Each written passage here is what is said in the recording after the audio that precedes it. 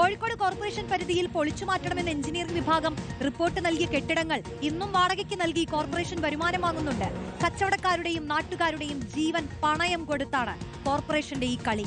അടർന്നു വീഴുന്ന കോൺക്രീറ്റ് പാളികൾക്ക് താഴെ ഭയത്തോടെയാണ് ആളുകൾ കച്ചവടം ചെയ്യുന്നതെന്ന് നാട്ടുകാർ പറയുകയാണ്. കൂട്ടമായി തന്നെ അവർ പറയുന്നതാണ്. മാത്രമല്ല, നാട്ടുകാർ നടന്നുപോകുന്ന ഭാഗം കൂടിയാണ്. അവരുടെയൊക്കെ തലയിലേക്ക് ഇത് ഇടിഞ്ഞു പൊളിഞ്ഞു വീണാൽ ആര് ഉത്തരവാദിത്തം പറയും? കോഴിക്കോട് നിന്ന് വിവരങ്ങളുമായി സിനോജ് തോമസ് ആണ് ചേരുന്നത്. സിനോജ്, നമുക്ക് അത്രത്തോളം പേടി തോന്നുന്നു. കാരണം ഈ മനുഷ്യന്റെ മരണം സംഭവിക്കുമ്പോൾ അതിന്റെ ഒരു ആഘാതം വലുതാണ്. ഈ പലയിടങ്ങളിലും ആ കോർപ്പറേഷൻ പരിധിയിൽ തന്നെ 16ഓളമോ കെട്ടിടങ്ങൾ ഇങ്ങനെ നിലം പതിക്കാറായി നിൽക്കുന്നുണ്ടെന്ന് കേൾക്കുമ്പോഴാണ്. അവിടെയൊക്കെ തൊഴിലാളികൾ പ്രവർത്തിക്കുന്നുണ്ട്, പണിയെടുക്കുന്നുണ്ട്. അതിന് താഴെ കൂടെ വലിയങ്ങാടി എന്ന് പറയുന്നത് കോഴിക്കോടിന്റെ ഒരു പ്രധാനപ്പെട്ട ഭാഗമാണ്, ജനത്തിരക്കുള്ള ഇടമാണ്. ജനം ദിവസേന നടന്നു പോകുന്നൊരിടത്ത് എങ്ങനെയാണ് നമുക്ക് വിശ്വസിച്ച് ഒരു തൊഴിലെടുക്കാൻ കഴിയുക എന്നുള്ളതല്ലേ വലിയ ചോദ്യം സിനോജ്.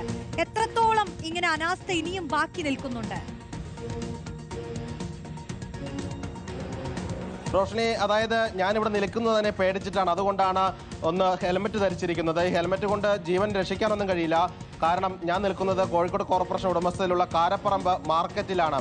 ഇത് നോക്കൂ, ഈ കെട്ടിടത്തിന്റെ അവസ്ഥ നോക്കൂ. 54 വർഷം പഴക്കമുള്ള കെട്ടിടമാണ്. പൂർണ്ണമായും തകർന്ന് കോൺക്രീറ്റ് പാളികൾ അടർന്ന് കമ്പികൾ തുരുമ്പെടുത്ത് വീഴുന്ന ഒരു അവസ്ഥയിൽ. ഇതിന്റെ ചുവട്ടിൽ നിൽക്കണമെങ്കിൽ തലയിലേക്ക് വീണാൽ തലയ്ക്ക് പരിക്ക് പറ്റാതിരിക്കാനാണ് ഹെൽമെറ്റ് ധരിച്ച് ഞങ്ങളിവിടെ നിൽക്കുന്നത്. പക്ഷേ കെട്ടിടം ഒന്നാകെ ഏത് നിമിഷവും ഇടിഞ്ഞു വീണേക്കാം. അങ്ങനെ സംഭവിച്ചു കഴിഞ്ഞാൽ ഹെൽമെറ്റ് കൊണ്ട് ജീവൻ രക്ഷിക്കാനും കഴിയില്ല.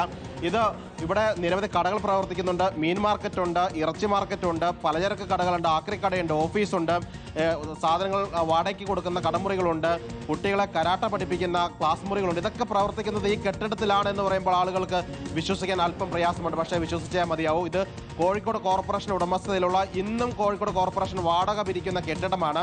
ഈ തൊട്ടടുത്ത ഒരു മുറി കാണിച്ചു തരാം. ഇവിടെ കുട്ടികൾ കരാട്ട പഠിക്കുന്ന ക്ലാസ് മുറിയാണ്. ആഴ്ചയിൽ 2 ദിവസം കുട്ടികൾ വന്ന് കരാട്ട പഠിക്കുന്നത് ഈ അടർന്നു വീഴുന്ന കോൺക്രീറ്റ് പാളികൾക്ക് താഴെയാണ് കരാട്ട പഠിക്കുന്നത്. കോഴിക്കോട് വലിയങ്ങാടിയിൽ പാസ്പോർട്ട് ഓഫീസ് ഇന്നലെ തകർന്നു വീണല്ലോ, പഴയ കെട്ടിടം.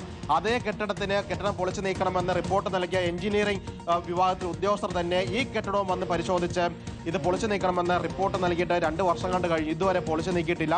നേരത്തെ അഭിജിത്ത് പറഞ്ഞതുപോലെ ഇന്നും കോഴിക്കോട് കോർപ്പറേഷൻ ഉദ്യോഗസ്ഥർ ഇന്നലെ കെട്ടിടം വീണതുകൊണ്ട് ഇവിടെ വന്ന് പരിശോധിച്ച് റിപ്പോർട്ടൊക്കെ തന്നെ എഴുതി പോയിട്ടുണ്ട്. പക്ഷേ എന്ന് പൊളിക്കുമെന്ന് മാത്രം അറിയില്ല. ഇത് മാത്രമല്ല, ജവഹർ കെട്ടിടമുണ്ട് കോഴിക്കോട് മാർക്കറ്റ് പരിസരത്ത്.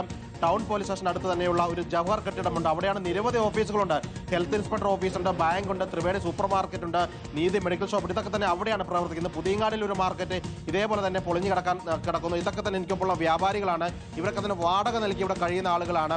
ഇത് പൊളിക്കാൻ നിർദ്ദേശമുള്ളത് കൊണ്ട് തന്നെ ലൈസൻസ് ഇതുവരെ പുതുക്കി നൽകിയിട്ടില്ല. നിങ്ങൾ എങ്ങനെ ഇതിനകത്ത് കയറുന്നത്? എല്ലാ ദിവസവും ഹെൽമെറ്റ് വെച്ചാണ് കയറുന്നത്?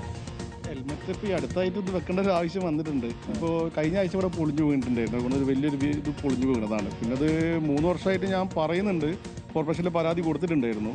പക്ഷേ അവർ ഇത് പൊളിക്കാനുള്ള ബിൽഡിംഗാന്ന് പറഞ്ഞിട്ട് ഇങ്ങനെ നിൽക്കുകയാണ്. ഇതിനിപ്പം വാടക കുറയ്ക്കുക, വാടക വേണ്ടെന്ന് പറയുന്നില്ലല്ലോ.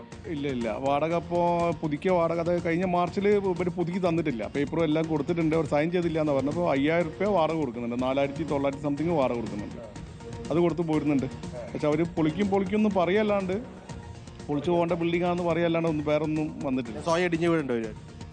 സ്വയം ഇടിഞ്ഞു വീഴേണ്ടി വരും. ഇത് എൻ്റെ റൂമൊക്കെ മൊത്തം ഇടിഞ്ഞു പൊളിഞ്ഞു വീണു. ആ റൂം കാണിക്കാം റോഷനി. അതായത് താഴെ ഇറച്ചി മാർക്കറ്റുണ്ട്, മീൻ മാർക്കറ്റുണ്ട്. ഞങ്ങൾ നേരത്തെ വന്ന സമയത്ത് അവിടുത്തെ ചേട്ടന്മാർ പറഞ്ഞു ഇന്നലെ അവിടെ നിന്ന് വലിയ കോൺക്രീറ്റ് പാളി ഇടിഞ്ഞു വീണിരുന്നു. തലനാരിഴയ്ക്കാണ് ആളുകൾ ദേഹത്ത് വീഴാതെ രക്ഷപ്പെട്ടു പോയത്. അത് വീണ്ടും ലേലത്തിന് കൊടുത്തിട്ടുണ്ടോ? അത് കഴിഞ്ഞ മാസം 17-ാം തീയതി ലേലത്തിൽ വെച്ചു. ലേലം കൂട്ടുക എന്നല്ലാതെ കുറച്ചിട്ടല്ല ഉള്ളത്.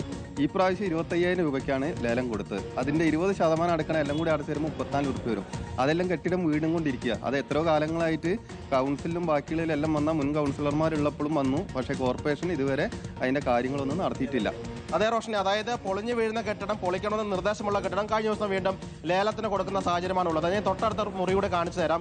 ഇത് 5000 രൂപയ്ക്ക് വാടകയ്ക്ക് എടുത്ത ഒരു മുറിയാണ്. അത് നേരത്തെ കണ്ടതുപോലെ തന്നെയുള്ള സമാനമായ മുറിയാണ്. ഇവിടെയുള്ള ആളുകൾ ഇത് ഷീറ്റ് വെച്ച് മറച്ച് കാണുമ്പോൾ നല്ല ഭംഗിയുണ്ടാവും. പക്ഷേ ഈ ഷീറ്റ് ഇവിടെ നിന്ന് കുറച്ച് മാറ്റി നോക്കിയിട്ട് ഇതിൻ്റെ യഥാർത്ഥ അവസ്ഥ കാണാൻ ഇതിനുള്ളിലോട്ട് നോക്കിയാൽ മതി. ചുവട്ടിലോട്ട് പോകാൻ പേടിയാണ്. കാരണം ഇതേ രീതിയിൽ പൊളിഞ്ഞിരിക്കുകയാണ് കെട്ടിടം മുഴുവൻ. ഈ കമ്പി മുഴുവൻ തുരുമ്പെടുത്തിരിക്കുന്നു. കോൺക്രീറ്റ് പാളികൾ കുറേ അടർന്ന് താഴോട്ട് വീണിട്ടുണ്ട്. ഈ ടാർപോളിയം വെച്ച് അടച്ചു വെച്ചിരിക്കുന്നതാണ്. പുറമേ നിന്ന് നോക്കിയാൽ ഇത് ആ പേടിക്കുന്ന അന്തരീക്ഷം ഉണ്ടാകാതിരിക്കാൻ വേണ്ടി ആ രീതിയിൽ മറച്ചു വെച്ചിരിക്കുന്നത്. ഈ കെട്ടിടത്തിന്റെ മുഴുവൻ അവസ്ഥ ഇത് തന്നെയാണെന്ന് പറയാം. ഏത് നിമിഷം ഇടിഞ്ഞു വീഴാൻ സാധ്യതയുള്ള ഒരു വലിയൊരു കോർപ്പറേഷന്റെ ഉടമസ്ഥയിലുള്ള കെട്ടിടമാണ് എന്നുള്ളതാണ് വസ്തുത. 1972 നിർമ്മിച്ച ഒരു കെട്ടിടമാണ് ഇങ്ങനെ നിൽക്കുന്നത്. പൊളിച്ചു മാറ്റി പുതിയ നിർമ്മിക്കണമെന്ന നിർദ്ദേശമുണ്ടായിട്ട് ഇതുവരെ കോർപ്പറേഷൻ അനങ്ങിയിട്ടില്ല. വിശദമായ DPR തയ്യാറാക്കാനൊന്നും തന്നെ തയ്യാറായിട്ടില്ല എന്നാണ് പരാതി ഉയരുന്നത്. ഇപ്പോഴും താഴെ നിരവധി കടമുറികൾ പ്രവർത്തിക്കുന്നു. ആളുകൾ വന്ന് സാധനങ്ങൾ വാങ്ങുന്നു.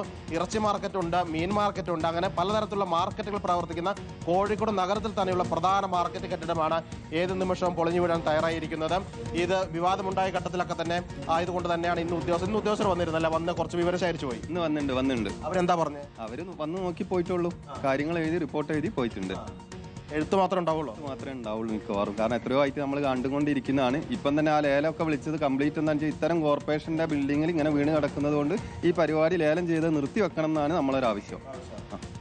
ഇതാണ് വ്യാപാരികളുടെ ആവശ്യം. റോഷിനി, ലേലം വിളി ഉൾപ്പെടെ നിർത്തിവെക്കണം. ഈ കെട്ടിടം കണ്ടിട്ട് എങ്ങനെ കോർപ്പറേഷനെ ലേലം വിളിക്കാനും വാടക കൂട്ടാനൊക്കെ തോന്നി? അതാണ് ചോദ്യം സിനോജ്. അനാസ്ഥ എന്ന അടിവരയിട്ട് പറയാൻ കഴിയുന്ന കാര്യങ്ങളാണ് നമ്മൾ ഈ കണ്ടുകൊണ്ടിരിക്കുന്നത്. ഇതുപോലെ ഇടിഞ്ഞു പൊളിഞ്ഞു വീടാറായ ഒരു കെട്ടിടം, ഹെൽമെറ്റ് വെച്ചാണ് അവിടെ പ്രതികരണത്തിനായി പോലും ആളുകൾ എത്തിയിട്ടുള്ളത്. അങ്ങനെ ഒരു കെട്ടിടം ലേലത്തിന് കൊടുക്കുന്നു. മറ്റിടങ്ങളിലാണെങ്കിൽ ലൈസൻസ് പുതുക്കി കൊടുക്കുന്നു. അവിടെ തൊഴിലാളികൾ പ്രവർത്തിക്കേണ്ടി വരുന്നു. ഒരു അപകടം സംഭവിച്ച് കുറെ മനുഷ്യരങ്ങ് മരണപ്പെടുമ്പോൾ ഓടി വന്ന് നോട്ടീസ് പതിപ്പിക്കുന്നു. എത്രയും പെട്ടെന്ന് കടമുറി ഒഴിഞ്ഞു കൊടുക്കുക എന്നുള്ളത്.